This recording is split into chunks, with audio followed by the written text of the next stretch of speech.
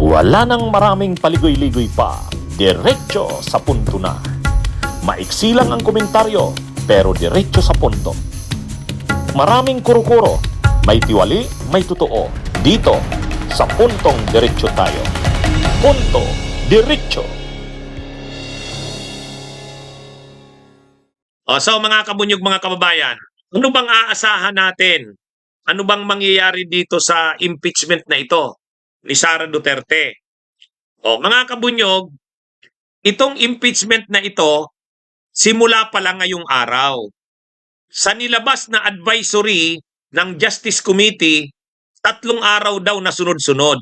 Nakita ko na yung invitation, notice ng Justice Committee. Parang katulad dun sa impeachment ni PBBM. 'Di ba? Ilang araw din 'yon. Kaya lang, yung kasing impeachment ni PBBM, sufficient in form. Pagdating sa sufficiency in substance, bagsak. Pero ganun din ang mangyayari dito. Bawat impeachment complaint na final kay Sara, pag-uusapan. Impeachment complaint number 1, impeachment complaint number 2, impeachment complaint number 3. Isa-isahin yun. Iisa-isahin yun. Ngayon, ilan ba talagang impeachment complaints ang final kay Sara? 4. Ang unang impeachment complaint ay final ng Bunyog. Kasama ang Bunyog sa first impeachment complaint. Kasama, siyempre, ang nanguna doon sa impeachment complaint number 1 ay Makabayan Black. Yun yung unang impeachment complaint. Ang pangalawang impeachment complaint, yung final ng Tindig Pilipinas. Ang pangatlong impeachment complaint, yung final ng mga clergy, yung mga pari sa mga madre. Ang pang-apat na impeachment complaint, yung final ng isang abogado na in-endorse naman nila Congressman Benny Abante at Congressman Ortega. Bali, 4. Ngayon mga kabunyog, ang ginawa ng Tindig Pilipinas, yung nag-file ng second impeachment complaint, balit kahapon, binawi na nila yung second impeachment complaint. Bakit? Para mapabilis. Kasi kung 4 ang tagal niyan. So ang gagawin na ngayon, 3 na lang. Yung unang impeachment complaint ng Makabayan Black at Bunyog, ngayon yon. Pangalawang impeachment complaint, wala na. Magiging emerge na yung second at third impeachment complaint. O di mapapabilis na. Second, tawagin na lang siguro yon na second impeachment complaint. Yung dating fourth impeachment complaint, magiging third na. Magiging third na. So yung impeachment ni Sara, dati 4 na impeachment complaints. Ngayong ang lalabas, 3 na lang. Bakit 3 na lang? Nag-withdraw na yung isa, yung second. Pero wag niyong isipin na nag-withdraw na yung second, parang umatras na, nagbago ng isip. Hindi. Umatras yung second impeachment complainant, sinuportahan na lang nila yung third impeachment complaint. Na lang, sinuportahan na lang nila yung third impeachment complaint. Kaya bali, lalabas dito, 3 na lang. Maganda yon.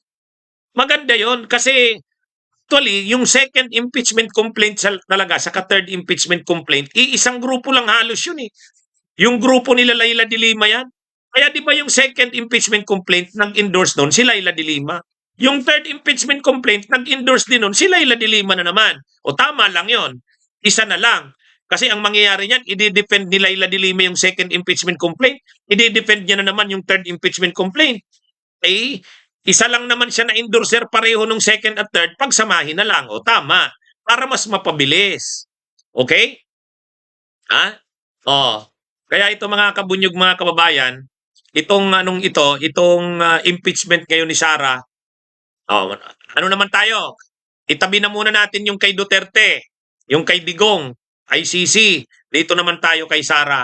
Kung nung nakaraang mga araw ang pinag-uusapan natin yung mga pagpatay sa war on drugs ni Duterte, ito naman ang pag-uusapan natin, korupsyon ni Sara Duterte. Ito naman ngayon. May expose dito ang korupsyon ng Duterte.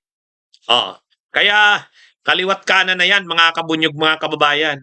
So ngayon, ang mangyayari ngayon dito, 3 impeachment complaints na lang ang pag-uusapan kasi mag-merge na yung second at third. So, sino ba ang magsasalita dito? Siyempre, ang magpe-preside, si Congresswoman Beatrix Luistro pa rin. Kasi siya yung chairman o chairperson ng House Justice Committee. Anong unang gagawin? Ngayong day 1, nakit ko yung schedule, ano? Dito ngayon na araw, ngayong araw, ano ngayon? Deliberation. Deliberation, sufficiency in form. Sufficiency in form nung first impeachment complaint, second at impeachment complaint at saka third impeachment complaint.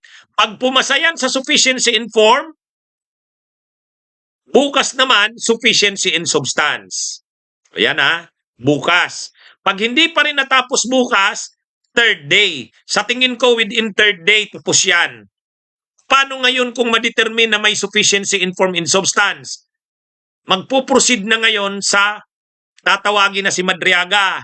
Tapos bubuksan na yung bank accounts ni Sara. Iimbitahan din si Sara. Kung haharap siya. Hindi pwedeng abogado dito. Bawal ang abogado dito, mga kabunyog, mga kababayan. Kaya medyo mahaba-haba ito. Ilang araw ito. Baka abutin tayo dito ng linggo. Kaya hayaan nyo.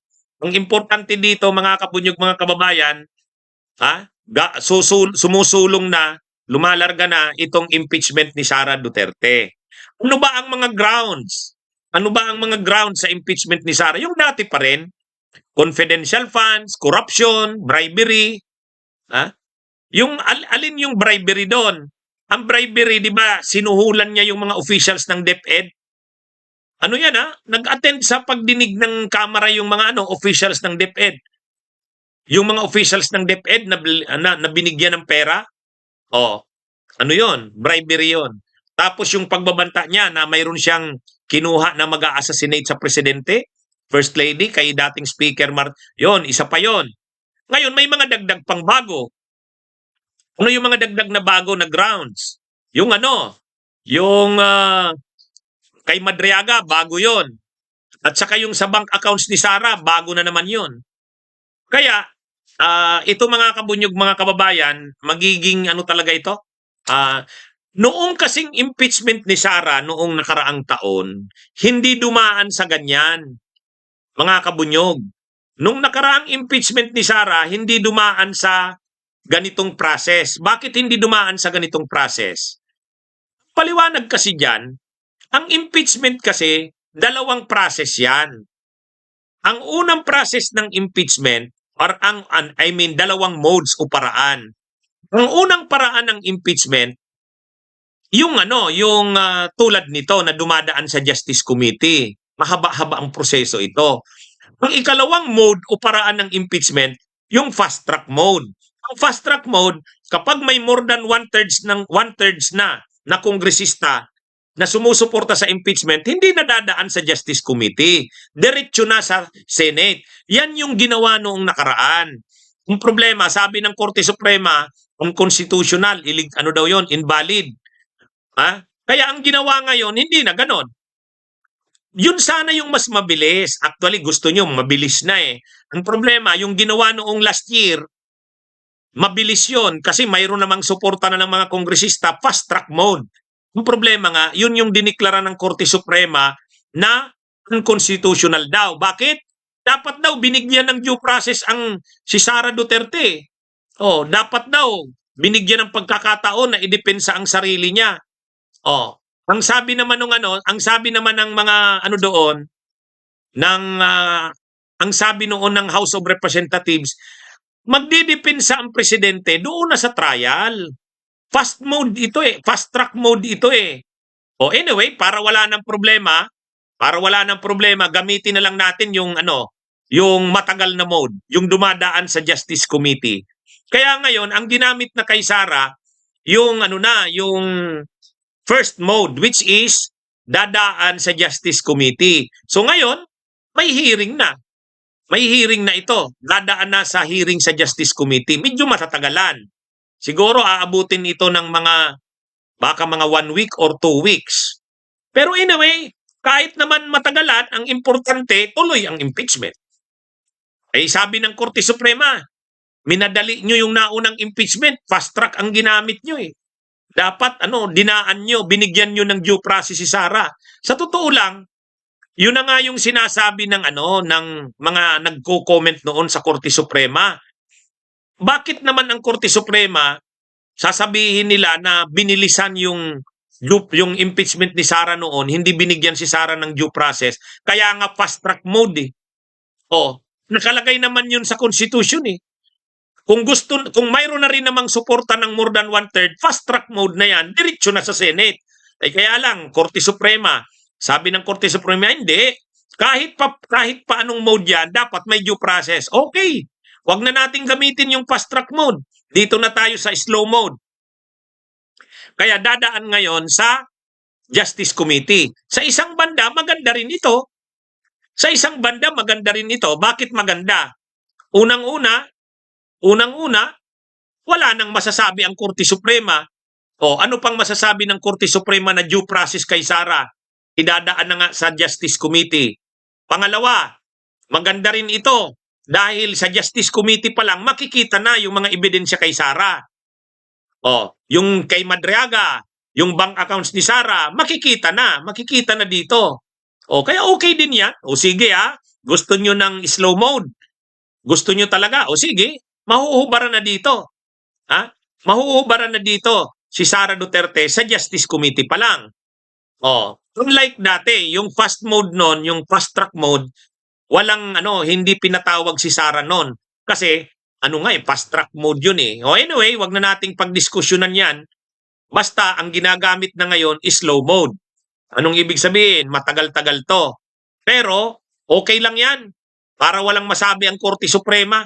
O, pagbigyan natin. Akala kasi nila, dahil nga mahirap na itong impeachment na dadaanan ngayon, hindi na tayo mag-i-impeachment kay Sara. Kasi ang iniisip nila, wala na yan. Hindi na yan itutuloy ang impeachment kasi alam nila mahabang proseso na ito. Hindi na pwede yung dati. O di sige, kala nyo naman susurinder ang taong bayan. Hindi. Tuloy ang impeachment kahit matagal yan. Kaya ito ngayon, mahaba-haba ito. Pero sige lang, nakahanda ang mamamayan dyan. Maganda nga yun eh. Lalabas na kaagad yung mga ebidensya kay Sara. Kaya dito, lalabas dito, ipapatawag si Madriaga. Pangalawa, yung bank accounts ni Sara, bubuksan.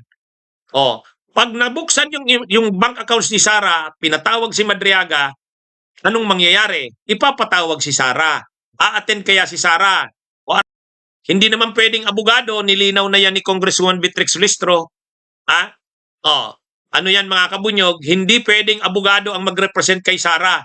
Pwede siyang magsabay ng abogado, magtuturo sa kanya. Pero siya dapat ang magsalita. Hindi pwedeng abogado. Yan magandang araw sa inyong lahat. Mabuhay po tayo. Bunyog, bunyog, halikan na kasama ka. Bunyog, kapag buklod ay may pag-asa. Luzon, Visayas, Mindanao, isa ang pananaw. Sa bagong Pilipinas ang bunyog isisigaw. Bunyog.